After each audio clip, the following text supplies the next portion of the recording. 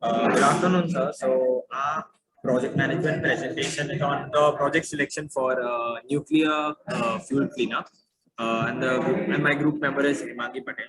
So, the outline of this project will be talking about the introduction and how they dealt with the issue, the multiple methods that they were there, the main method that were used to implement, and the conclusion. So talking about the scope of this project. So in 1994, in Westington House Hanford Corporation, on contract to the Department of Energy's Hanford nuclear fuel site, we organized for projectization to help Hanford with facility shutdown, decommissioning, and site cleanup. So the major project in this was the overall task was to clean up the whole site, which included 2,100 metric tons of degraded spent nuclear fuel slugs, which were submerged beneath 16 feet of water as a radiation shield in two rectangular 25 foot deep half football field size basins. And 100,000 100,000 1,05,000 slugs, about 6,000 were severely damaged or corroded and leaked radiations into the basin water. Another 40-year-old basins, they were located only 400 yards from the Washington State's pristine Columbia River, and they had an original 20-year design life and were in a very poor condition. And they were experiencing major leaks in the late 1970s and again later on in 1993.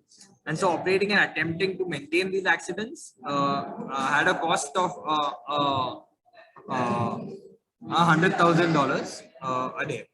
And the plutonium production era was officially ended in the 1990s when the Purex plant was shut down. And along with it, when the goals of the plutonium production and the uses of the Hanford land and the facilities for that purpose.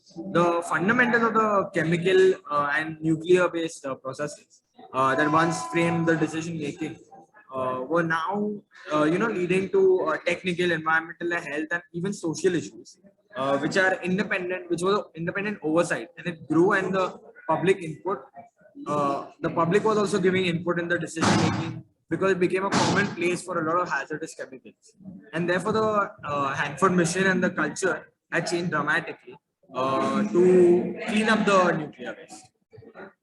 So to deal with the issue, the Westington House Hanford, they went to the site stakeholders, the media, the activists, the regulators, the oversight groups, even 3 Indian tribes, the government leaders, Congress, and many Hanford employees to determine what would be an acceptable option to deal with this immense problem. And it required 5 months of public discussion for the stakeholders to understand the issues and regain their trust in Hanford. And then another 2 months were required to develop different options for how they could deal with this. So there were 4 options that were developed to deal with the issue. One was to better encapsulate the fuel and leave it in the basins. Second was to place the fuel in a wet storage elsewhere at Hanford. The third one was to place the fuel in a dry storage at Hanford. And the fourth one was to ship the fuel overseas for reprocessing. So to talk about the method implemented, I would like to hand it over to my fellow partner, Hemangi Patel. Okay, continuing the presentation, I would really like to talk about how the method was implemented. Now, from following 3 months of evaluation, placing the fuel in the dry storage at Hanford was selected and an environmental impact statement, that is EIS, began, which required 11 more months, that is, they required 11 more months to complete yet the half of the EIS completion time.